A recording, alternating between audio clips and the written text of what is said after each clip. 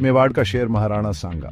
महाराणा सांगा मेवाड़ के शक्तिशाली शेर, जिन्होंने अपने अदम्य साहस और अटूट स्पिरिट से भारतीय इतिहास में अपना नाम सुनहरे अक्षरों में लिखवाया। 1482 में महाराणा संग्राम सिंह प्रथम के रूप में जन्मे। उन्होंने 1509 से लेकर 1528 तक राजस्थान के हृदय स्थल में बसे मेवाड़ राज्य पर शासन किया। उनका शासनकाल राजपूत उत्थान का युग था, एक ऐसा समय जब इन बहादुर योद्धाओं ने अपनी भूमि और अपने सम्मान की रक्षा दुर्जय दुश्मनों के खिलाफ डटकर की। वीरता और युद्ध कौशल की कहानियों से भरा राणा सांगा का जीवन आज भी पीढ़ियों को प्रेरित करता है। उनकी कहानी केवल सैन्य विजयों के बारे में नहीं है, यह राजपूताना की अदम्य भावना का प्रमाण है, लचीलेपन, गर्व और स्वतंत्रता के प्रति अटूट प्रतिबद्धता की गाथा है।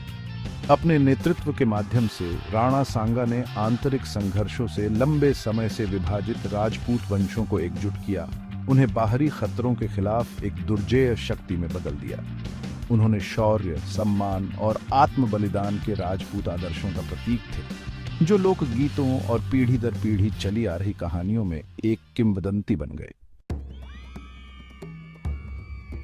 एक राजा का निर्माण, शुरुआती जीवन और राजगद्दी। राणा सांगा का जीवन कम उम्र से ही योद्धाओं के तौर तरीकों में ढला हुआ था। मेवाड़ के ऊबड़ खाबड़ इलाकों में पले बढ़े, उन्हें युद्ध कला में प्रशिक्षित किया गया, तलवारबाजी, घुड़सवारी और सैन्य रणनीति में महारत हासिल की।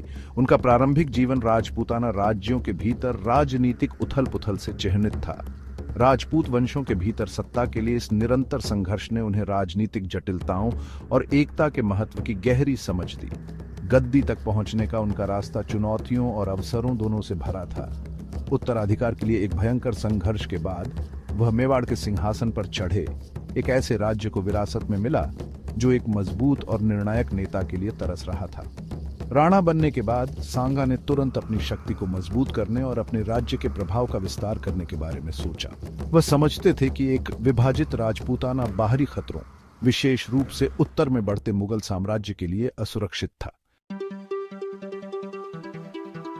रणभूमि बुला रही है, शुरुआती विजय और प्रतिद्वंदिता। राणा सांगा का शासनकाल निरंतर युद्ध से चिह्नित था, क्योंकि उन्होंने मेवाड़ के क्षेत्र का विस्तार करने और अपने झंडे तले राजपूत वंशों को एकजुट करने की कोशिश की थी। उनका सैन्य कौशल शुरू से ही स्पष्ट था। उन्होंने अपनी सेनाओं को गुजरात और मालवा सहित पड़ोसी राज्यों के खिलाफ जीत दिलाई, सामरिक कुशाग्रता और एक निडर भावना का प्रदर्शन किया, जिससे उन्हें अपने आदमियों का सम्मान और अपने दुश्मनों का डर मिला। हालांकि उनका सबसे दुर्जय दुश्मन लोधी वंश साबित हुआ, जो उस